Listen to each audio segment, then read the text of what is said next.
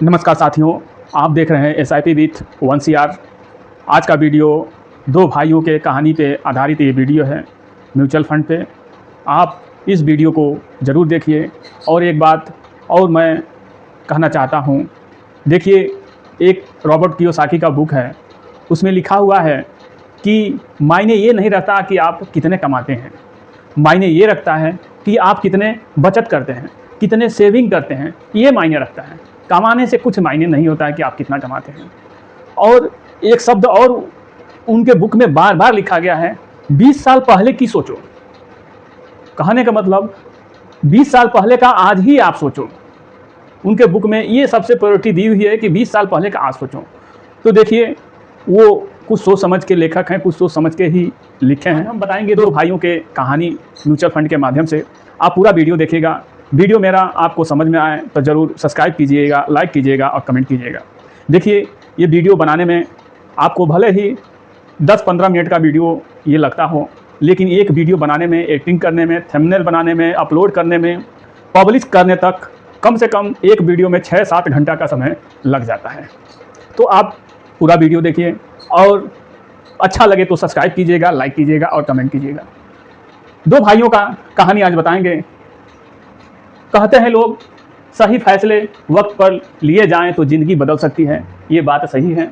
आज हम आपको बताने जा रहे हैं दो सगे भाई की कहानी, सच्ची कहानी, जो एक जैसे ही हालत में पले बढ़े हुए, छोटे हुए, पढ़ाई किए, सब कुछ एक ही साथ किए, समझ उनके साथ, दिमाग में एक ही साथ आया, सब कुछ एक ही साथ आया। दुनिया बदली उन लोगों की, दोनों भाइयों की दुनिया एक ही साथ बदली। यह कहानी दो भाइयों का है, राजू और मनोज। मैं एक नाम मात्र के नाम ले रहा हूँ, ये कोई किसी राजू और मनोज का कोई ये नहीं है, नाम एक रखा गया है। तो यह कहानी दो भाइयों का है, राजू और मनोज की। दोनों एक छोटे शहर में पले बढ़े। पिता की छोटी सी दुकान थी और परिवार बहुत ही साधारण था। बचपन में दोनों भाई साथ खेले, साथ बड़े हुए, साथ पढ़े, सब कुछ साथ किए, एक साथ बड़े हुए, जिंदगी अपना चली, समय बीता, दोनों की नौकरी लगी। तो राजू की नौकरी लगी बैंक में, क्लर्क के रूप में राजू की नौकरी लगी, और मनोज की प्राइवेट कंपनी में अकाउंटेंट की नौकरी लगी। तो आप जानते हैं कि बैंक में अक्सर जो लोग भी बैंक वाले एम्प्लॉय होंगे, वो निश्चित है कि वो म्यूचुअल फंड में इन्वेस्टमेंट करते ही होंगे। जितने बैंक के एम्प्लॉय होंगे सब लोग करते होंगे म्यूचुअल फंड में, लेकिन वो आपको नहीं बताएंगे। इसलिए नहीं बताएंगे कि ये रिस्की होता है। आपको बता दिए, कभी आपका कुछ दिखाई दिया कि माइनस में है तो आप उनके ऊपर चढ़ जाएंगे। इसीलिए वो लोग खास करके इसके लिए नहीं बताते हैं कि रिस्की होता है। आपको बताने से उनको बेनिफिट भी कुछ होगा नहीं। तो राजू की नौकरी बैंक में लग जाती है क्लर्क के रूप में, और मनोज की नौकरी प्राइवेट अकाउंटेंट के रूप में लग जाती है। सैलरी लगभग दोनों आदमी की एक ही समथिंग, मतलब 30,000 की सैलरी रहती है। लेकिन निवेश में इन लोगों के सोच में फ़र्क पड़ जाता है। तो राजू ने अपने सीनियर से पूछ के समझ के एक बढ़िया फंड देख के, बढ़िया म्यूचुअल फंड देख के उसमें SIP शुरू करते हैं। राजू जो है कि बैंक में अप्लाई रहते हैं, वो शुरू करते हैं 5,000 रुपया महीने की SIP वो शुरू कर देते हैं।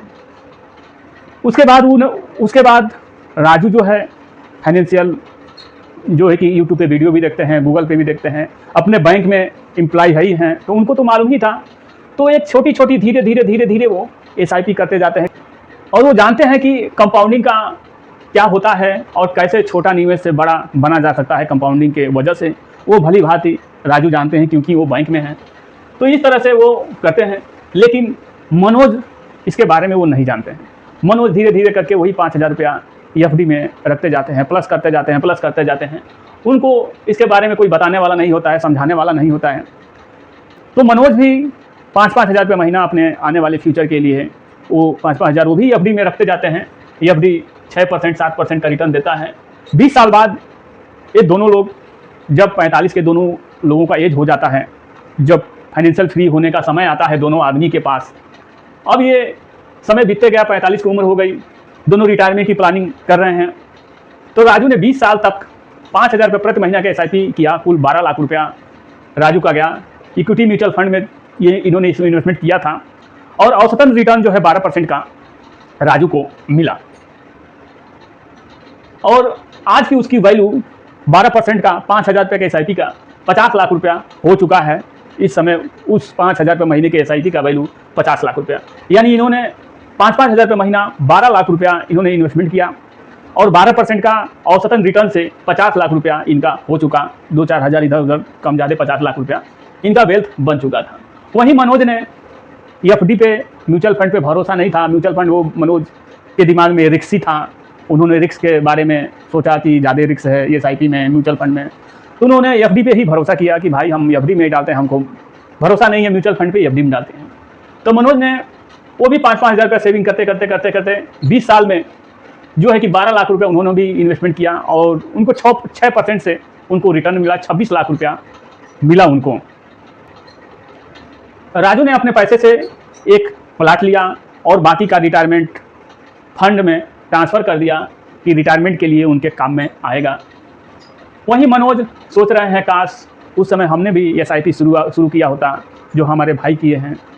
तो वही बात होती है, जिस समय आदमी जाने उसी समय सवेरा होना चाहिए। एक पुरानी कहावत है, जब जागो तभी सवेरा। आप ये कहानी सुने भी होंगे, जब जागो तभी सवेरा। आपको यदि अभी पता चल गया SIP के बारे में तो आप ज़रूर इसके बारे में सोचिए और समझिए। इस कहानी से आपको क्या सीखने को मिलता है? देखिए, सिर्फ बचत ही काफ़ी नहीं है, सही निवेश होना ज़रूरी है। रिस्क को समझकर म्यूचुअल फंड एक बेहतर ऑप्शन हो सकता है। बस इतना होता है कि ये सब चीज़ में गारंटी नहीं होती है। जल्दी शुरुआत का फ़ायदा सबसे बड़ा होता है। जिसने जितने जल्दी शुरुआत की है उसका उतना ही जल्दी वेल्थ बना है और उसको बेहतर रिटर्न मिला है।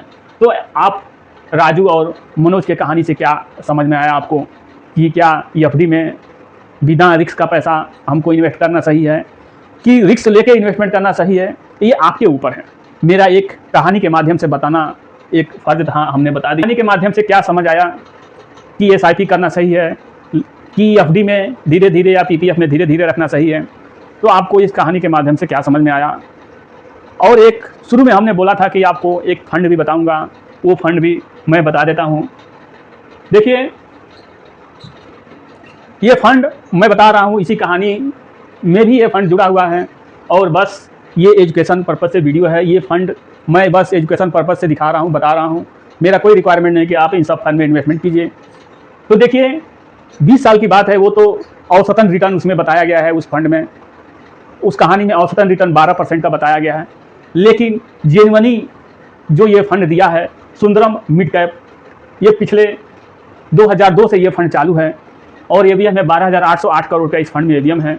और एनुअल रिटर्न जो है कि ये जब से चालू है तब से 17.2% का एनुअल रिटर्न, यानी 20-22 साल में एनुअल रिटर्न 17% का ये फंड दिया है। आगे एक्सपेक्ट कर सकते हैं, दे सकता है, नहीं दे सकता है, इसका कोई गारंटी नहीं होता है। यही एक बात रहती है कि इसका गारंटी नहीं होता है भाई। इसीलिए तो मनोज जो है गारंटी वाले पे गए तो 26 लाख उनको मिला और राजू जो है बिना गारंटी वाले पे गए तो 50 लाख मिला। डबल का अंतर हो गया, आप देख सकते हैं। तो ये फंड 5,000 रुपये महीना यदि राजू इस फंड में किए होते, वो तो 12% का उसमें बताया गया है। 5,000 रुपये महीना राजू अगर 20 साल पहले इस फंड में किए होते और 17.2% के रिटर्न से ये ऑलरेडी दिया हुआ है, आगे देगा कि नहीं देगा कोई गारंटी नहीं होता है। 12 लाख रुपये इसमें भी जाता है, इसी फंड में जाता है। 86 लाख इस परसेंटेज से बन जाता है।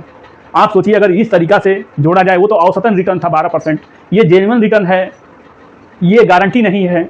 हो सकता है दे भी सकता है, हो सकता है नहीं भी दे सकता है, यही तो बात होती है। तो अब ये सोच रखिए कि कहाँ 26 लाख, 12 लाख का 26 लाख और कहाँ 12 लाख का 86 लाख। समय वही, पैसा वही, भाई दोनों वही, सब कुछ वही, बस अंतर है तो इसमें। तो सबसे बड़ी बात जो रॉबर्ट कियोसाकी ने लिखा हुआ है कि पैसा कमाना ही ज़रूरी नहीं है, पैसा सही जगह पे, सही समय पे, सही फंड में इन्वेस्टमेंट करना ये ज़रूरी है। तो देखिए, ये एजुकेशन पर्पज़ से मेरा टोटल वीडियो। आपको अधिक जानकारी चाहिए जो हम YouTube पे आपको नहीं बता सकते, नहीं समझा सकते, तो आप कुछ भी जानकारी चाहिए म्यूचुअल फंड के बारे में तो आप इस नंबर पे चाहें तो आप पूछ सकते हैं, समझ सकते हैं। जो भी आपको जानकारी चाहिए हम देंगे। तो मेरा वीडियो आप लोगों को यदि अच्छा लगा हो तो ज़रूर सब्सक्राइब कीजिए, लाइक कीजिए, कमेंट कीजिए। मिलते हैं एक अगले नए वीडियो में। जय हिंद, जय भारत।